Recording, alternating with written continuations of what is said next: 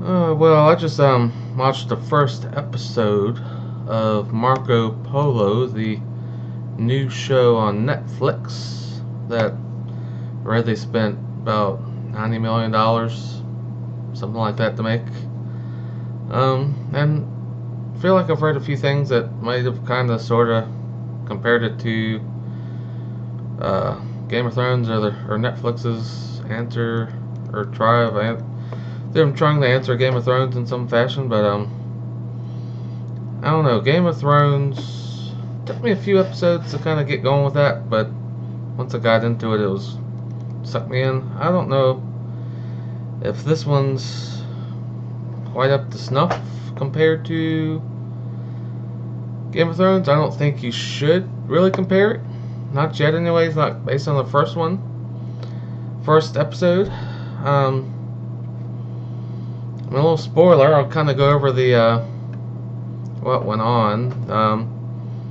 Marco Polo, his dad and uncle, I guess, going to visit Kublai Khan, who I think I read was like the grandson of Genghis Khan, something like that. They're Mongols, kind of running over China. Got a huge empire. And I think Kublai Khan wanted some priests or something brought, but they ended up bringing some oil. And Khan was a little unhappy. Turns out, to kind of get back on his good graces, Marco Polo's daddy offered Marco to the Khan for him to stay there, and that kind of got them back in the good graces, I think. But yeah, the Khan found Polo interesting in the way he was describing things, and throughout the episode, kind of saw what was going on with we got a little backstory in the Polos, where they're from. They're traders and all that, or whatever you want to call it.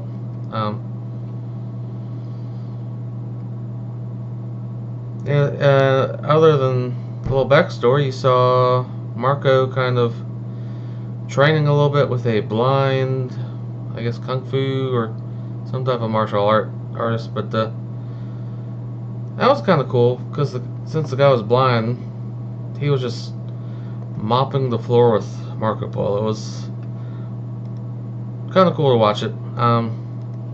What else happened?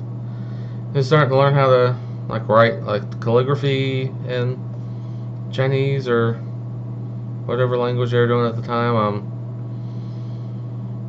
Shoot bow and arrow, maybe some falconry or something. Yeah, he was just there.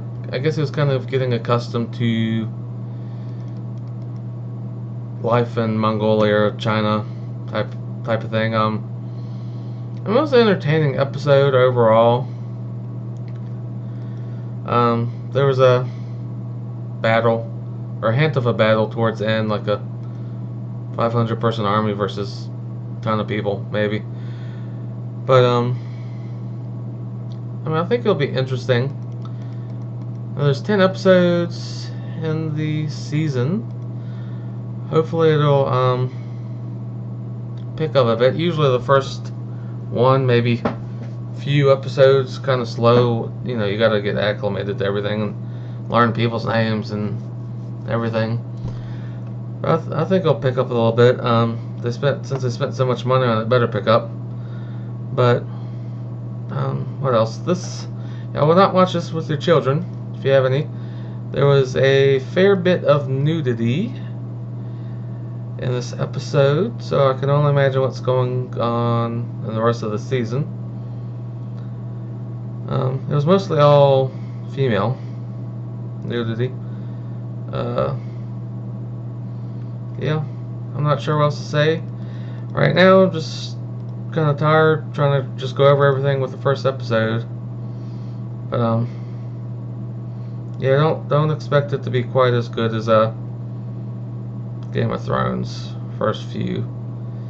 Maybe it'll turn up better towards the end, but we'll see. I mean, it's probably, rating out of 10, I'd probably give it like a 7 maybe, 6.5, 7, somewhere in there. It was better than average, but it wasn't, not quite great yet. I need to see how it's going to go. Yeah, I'll probably do some more videos on this as I watch. I'm not going to do one after every episode. I guess that's about it for this time. Definitely check it out. I think if you're into history, I'm not sure how historically accurate it's going to be, but I mean, it's something new to watch. I mean, some of my shows going off on break, so it'll be a good distraction for a while. And yeah, as soon as I watch more, I'll let y'all know. Talk to you later.